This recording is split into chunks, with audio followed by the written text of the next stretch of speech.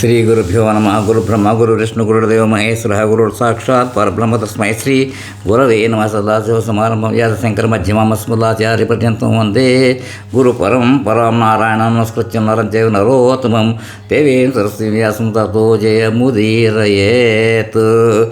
అపారం గుణాసింతం జ్ఞానం శాంతరూపం శ్రీ చంద్రశేఖర గురు ప్రణమాం ముదానం శ్రీ గురుభ్యో నమ. మా పుణ్యక్షేత్ర దర్శనాలు ఎపిసోడ్ 25 చెప్పుకుని ఇప్పుడు 26 చెప్పుకోవాలి. ఇవాళ 25లో ఏం చెప్పుకున్నామురా అంటే పంచభూతాల్లో గురించి చెప్పుకుంటూ వచ్చి ఆనందానం దాంట్లో చెప్పినప్పుడు ఏం చెప్పాడంటే కేవలం దీక్షితుల వర్గం మాత్రమే శివాలయంలో వైదిక వ్యవస్థను అనుసరిస్తారు అని చెప్పుకున్నాం అనమాట. వాటిలో ఇప్పుడు బృహదీశ్వరాలయం తంజావూరు జిల్లా, తంజావూరు, తమిళనాడు స్టేట్. ఈ క్షేత్రానికి నేను త్యాగరాజ ఆరాధనోత్సవాలు తిరువయ్యారులో 1979 సంవత్సరంలో జరుగుతున్నప్పుడు నేను, మా మిత్రులు కృష్ణకుమార్, మృదంగం, కిషోరు, గిరిజ, సీత అందరం ఈ బృహదీశ్వరాలయం చూసి అంత సంబరపడిపోయాము. అదే ఒక గొప్ప మరపురాని అనుభూతి. తర్వాత నేను, శుభ, నాగు, రామ, చిన్ను ఈ క్షేత్రాన్ని దర్శించుకున్నాం. ఆ గిరిజ, సీత వాళ్ళ అమ్మగారు వాళ్ళు కూడా వచ్చి నిజంగా ఎంత ఆనందపడిపోయారో చెప్పడం లేదు. సరే, బృహదీశ్వర ఆలయం తమిళం పెరుదయ్యార్ కోయిల్ బృహదీశ్వర ప్రాచీన దేవాలయం. ఇది తమిళనాడులోని తంజావూరులో ఉంది. ఇది శివాలయం. దీనిని 11వ శతాబ్దంలో చోళులు నిర్మించారు. ఈ దేవాలయం యునెస్కోచే ప్రపంచ వారసత్వ ప్రదేశంగా గుర్తింపబడింది. భారతదేశంలోని అతిపెద్ద దేవాలయంగా పరిగణింపబడుతున్నది. రాజరాజ పెరుంధాచన్ బృహదీశ్వరాలయాన్ని నిర్మించారు. ఈ దేవాలయం 13.8 ఇంచు అనగా అంగుళము అనే కొలతల ప్రకారం నిర్మితమైంది. ఈ దేవాలయం మొదటి భవనం పూర్తిగా గ్రానైట్ శిలలతో నిర్మితమైనది మరియు 5 సంవత్సరాలు 1107 నుంచి 1009 కాలంలో పూర్తయింది. ఈ దేవాలయ పునాది శివుని నాట్యం యొక్క భంగిమలు గల దేవతా విగ్రహం కంటే 5 మీటర్ల ఎత్తు అంటే 16 అడుగులు ఎత్తుకు పెంచబడింది. పెద్ద కలశం లేదా విమానం సుమారు 81.28 టన్నుల బరువు కలిగిన నల్లరాతితో చేయబడిందని భక్తుల నమ్మకం. ఇది వాలుతలంపై నుండి జరుపుతూ సుమారు 6.44 కిలోమీటర్ల ఎత్తుకు చేతబడింది. అతిపెద్ద నంది విగ్రహం సుమారు 20 టన్నులు కలిగిన ఏకశరాతితో నిర్మితమైంది. ఈ నంది 2 మీటర్ల ఎత్తు, 2.6 మీటర్ల పొడవు మరియు 2.5 మీటర్ల వెడల్పు కలిగి ఉంది. ఈ దేవాలయంలో ప్రధాన దైవం అయిన లింగం 3.7 మీటర్ల ఎత్తు కలిగి ఉంటుంది. ఈ దేవాలయ ప్రాకారం 240 మీటర్ల పొడవు, 125 మీటర్ల వెడల్పు కలిగి ఉంటుంది. బయట గోడల యొక్క అంతస్తు 80 తమిళనాడు అన్నమాట. తమిళనాడు రాష్ట్రానికి చెందిన సాంప్రదాయ నృత్య కరణలు భరతనాట్యం యొక్క భంగిమలో చెక్కబడి ఉంటాయి. దేవతా విగ్రహం 13వ శతాబ్దంలో పాండ్యరాజ్యం నిర్మించబడింది. సుబ్రహ్మణ్య విగ్రహం విజయనగర పాలకుల చే మరియు వినాయక విగ్రహం మరాఠా పాలకుల చేతను నిర్మించబడినాయి. చాలా గొప్ప ఇదన్నమాట. దాంట్లో అసలు ప్రాకారం అక్కడ యాక్చువల్లీ దాంట్లో కూడా నీడ పడదని చెప్పంటారన్నమాట. అంత ఇదిగా ఉంది, చక్కగా కన్స్ట్రక్షన్ కూడా అనమాట. దీంట్లో రాయలేదు కానీ అప్పుడు మీరు చూసినప్పుడు పర్సనల్గా చూసినప్పుడు చాలా చాలా సంతోషంగా ఉంది. అక్కడ నిజంగా చెప్పాలంటే చూసి రావడానికి చాలా బాగుంటుంది నిజంగా. ఓకే, ఇక నెక్స్ట్ టాపిక్ శ్రీ మధురై మీనాక్షి దేవాలయం, మధురై, తమిళనాడు స్టేట్. నేను శుభ దుర్గానాథ్ గారి కుటుంబ సభ్యులు మొట్టమొదటిసారిగా ఈ క్షేత్రం దర్శించి ధన్యులమైన అని చెప్పడానికి ఎంతో సంతోషపడుతున్నాను. ఇంతటి సద్భాగ్యం కలిగించిన పార్వతీ పరమేశ్వరులకు అనంత కోటి వందనాలు కృతజ్ఞతలు సమర్పిస్తూ ఉన్నాను. మీనాక్షి సుందరేశ్వర ఆలయం లేదా మీనాక్షి అమ్మవారి ఆలయం ఒక చారిత్రక హిందూ ఆలయం. ఇది ఇండియా, తమిళనాడులోని మధురై పవిత్ర నగరంలో ఉంది. సుందరేశ్వర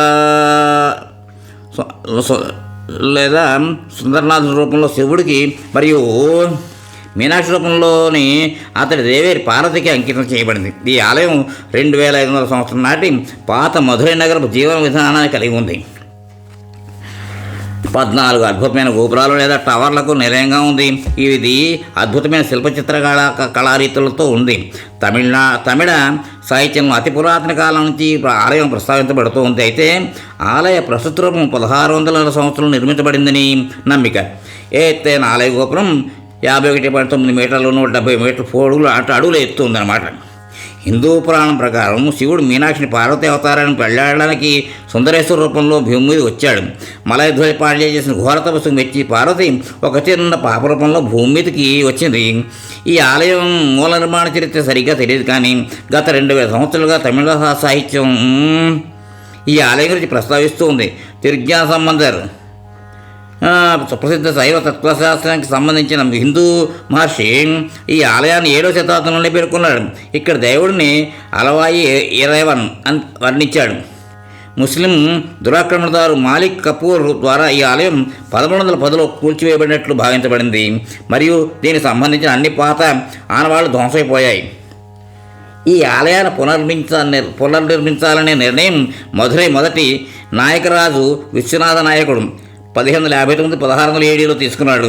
నాయక వంశ ప్రధానమంత్రి మరియు పోలిగర్ సిస్టమ్ నిర్మాత అయిన హరియానాథ మొదలయార్ ఆధ్వర్యంలో ఇది జరిగింది. తర్వాత తిరుమలై నాయక్ రాజు circa 1623 నుంచి 1659 వరకు దీనికి అమూల్య సహాయం చేశాడు. ఆలయం లోపల వెలుపల అనేక మండపాలు, వీర వసంతరాయర్ మండపం నిర్మించడంలో ఇతను ప్రత్యేక శ్రద్ధ తీసుకున్నాడు. వసంతోత్సవాన్ని నిర్వహించేందుకోసం వసంత మండపాన్ని, కిరికొట్టు మండపాన్ని నిర్మించారు. మరియు తెప్పకులం వంటి రహదారులు రాణి మంగమ్మాళ్ళ చేత నిర్మించబడ్డాయి. మీనాక్షి నాయకర్ మండపాన్ని రాణి మీనాక్షి నిర్మించింది. ఆలయం ప్రాచీన మధురై నగర భౌగోళిక మరియు సాంప్రదాయిక కేంద్రంగా ఉంటుంది. ఆలయ గోడలు, వీధులు చివరగా నగర గోడలు ఆలయం చుట్టూ చతురస్రాకారంలో నిర్మించబడ్డాయి.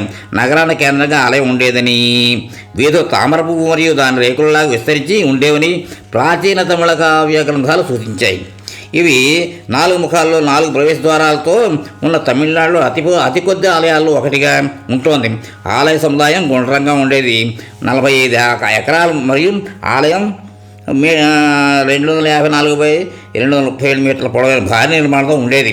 ఆలయం 12 గోపురాలతో కూడి ఉండేది.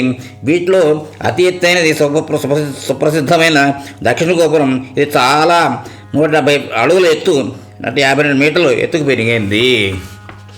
దైవపీఠాలు. ఆలయం అనేక మంది దేవత సముదాయంగా ఉండేది. శివాలయం ఆలయ సముదాయపు నడిబొడ్డులో ఉండేది. దేవత సాంప్రదాయిక ఆధిక్యత తర్వాత వృద్ధి చేయబడిందని ఇది సూచిస్తుంది. ఆలయం వెలుపల ఏకశిలపై మలచిన గణేష్ భారీ విగ్రహం ఉంది. అక్కడ భారీ గణేష్ ఆలయం ఉంది. దీన్ని ముఖర్ని వినాయకర్ అని పిలుస్తారు. ఆలయ కోనేరు తవ్వే ప్రక్రియలో ఉన్నప్పుడు ఈ దేవత కనుగొనబడిందని భావించబడుతోంది. మీనాక్షి విగ్రహం శివ విగ్రహానికి ఎడమ వైపున ఉంది మరియు శివ విగ్రహంతో పోలిస్తే ఇది పెద్దగా శిల్పలావణ్యంతో ఉండదు. వెండి అంబాలం. ఇది శివుడి వెండి తమిళం యొక్క 5 రాజమందిరాల్లో సభ లేదా సభ ఒకటి. సిల్వర్ అంబాలం తమిళం వేదిక లేదా దైవపీఠం. ఈ శివపీఠం కూడా హిందూ దేవుడు నటరాజు అసాధారణ శిల్పంతో కూడి ఉంది. భారీ నటరాజు విగ్రహం భారీ రజితపీఠంపై ఉంది. అందుచేత దీన్ని వెళ్ళి అంబాలం రజితపీఠం అని పిలుస్తూ ఉంటారు. వెండి అంబాలం అన్నమాట, వెండి అంబాలం పిలుస్తారు వాడు. సుప్రసిద్ధమైన హిందూ గోపురం మరియు శివుడి నృత్య రూపం సాధారణంగా అతని ఎడమ పాదం లేపి ఉంటుంది, అతడి కుడి పాదం ఈ ఆలయంలో లేపి ఉంటుంది. పురాణం ప్రకారం శివుడు ప్రియభక్తుని రాజశేఖర పాండ్య అభ్యర్థన మేరకు ఇలా జరిగిందట. అతడు దేవుడిని తన స్థానం మార్చుకొని కోరాడు. ఎప్పుడు ఒకే పాదాన్ని లేపి ఉంటే అది ఆ పాదంపై అపారమైన ఒత్తిడి కలుగజేస్తుందని అతడు భావించాడు. నాట్యం చేస్తున్నప్పుడు తన వ్యక్తిగత అనుభవం ప్రాతిపదికన అతడు ఇలా కోరాడు. తమిళనాడులో శివుడికున్న ఇతర 4 పీఠాలు మీనాక్షి ఆలయ ఆకాశ దృశ్యం, పోర్తమారై కులం ఆలయంలోని పవిత్రమైన సరస్సు భక్తులకు చాలా పవిత్రమైన స్థలం. ప్రజలు ప్రధాన మండపంలోకి ప్రవేశించే ముందు సరస్సు 165 అడుగుల ఎత్తు, 50 మీటర్ల చుట్టూ 120 అడుగులు తిరుగుతారు. మొత్తం 37 మీటర్లు. ఈ పదానికి స్వర్ణకమలంతో కూడిన సరస్సు అని అర్థం. మరియు దానిలో పెరుగుతున్న కమల బంగారు రంగుతో ఉంటుంది. పురాణం ప్రకారం శివుడు చేప లేదా ఏ సముద్ర జీవి ఈ తటాకంలో లేవని ఒక పక్షికి వాగ్దానం చేశాట. అందుకే ఈ సరస్సులో ఎలాంటి సముద్ర ప్రాణులు కనిపించవు. తమిళ పురాణాల ప్రకారం ఈ సరస్సు కొత్త సాహిత్య విలువను నిర్ణయించే న్యాయమూర్తిగా భావించబడేది. అందుచేత రచయితలు తమ రచనలను ఇక్కడ ఉంచేవారు. పేలవంగా రాయబడిన రచనలు ఇక్కడ నీటిలో మునిగిపోయేవి. ప్రతిభావంతమైన రచనలు నీటిపైన తేలేవి.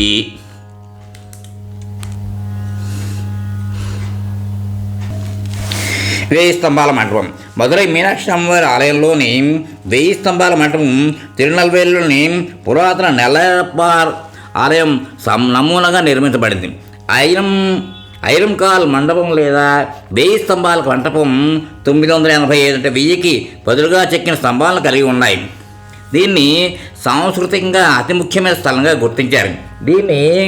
దీన్ని భారతీయ పురావస్తు సర్వే విభాగం వారు నిర్వహిస్తున్నారు. 1000 స్తంభాల మంటపం 1569లో హరినాథ మొదలయాచి నిర్మించబడింది. ఇతడు మొట్టమొదటి తెలుగు మధురై నాయకరాజు అయిన విశ్వనాథ నాయకుడి ప్రధానమంత్రి మరియు సేనాధిపతిగా ఉండేవాడు. 1559-1607 ఇతడు పాలెగాళ్ల వ్యవస్థ దేశంలో ఇది